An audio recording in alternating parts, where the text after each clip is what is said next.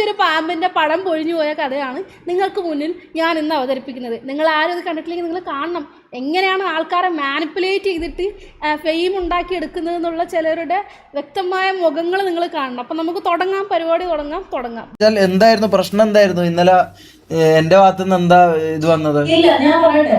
ഇന്നലെ ഞാൻ എവിടെയും പറഞ്ഞിട്ടില്ല ഷമീറിന്റെ സൈഡിൽ മോശമായിട്ട് സംസാരിച്ചു, അല്ലെങ്കിൽ ഷമീർ എന്റെ അടുത്ത് മോശമായിട്ട് പെരുമാറി.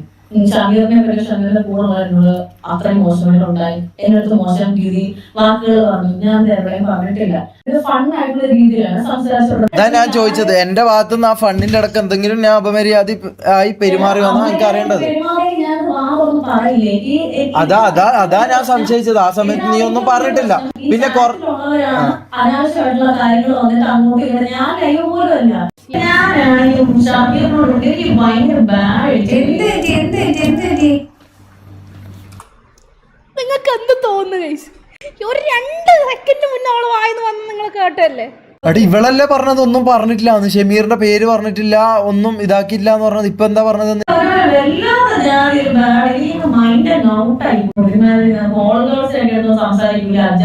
പറയണായിരുന്നു. ഇന്ന് ഞാൻ ഫേസ് ടു ഫേസ് സംസാരിക്കുമ്പോൾ പറയണായിരുന്നു എനിക്ക് ഇങ്ങനെ ഫീൽ ചെയ്തു. അപ്പൊ ഞാൻ സോറി പറയുമല്ലോ. ഇത് എന്റെ മുമ്പിൽ ഞാൻ അങ്ങനെയൊന്നും പറഞ്ഞിട്ടില്ല, എനിക്ക് അങ്ങനെയൊന്നും പ്രശ്നം വന്നിട്ടില്ല, ഞാൻ വെറുതെ പറഞ്ഞതാ, ചുമ്മാ ഞാൻ പറഞ്ഞതാ, അങ്ങനെയൊന്നും ഉണ്ടായിട്ടില്ല.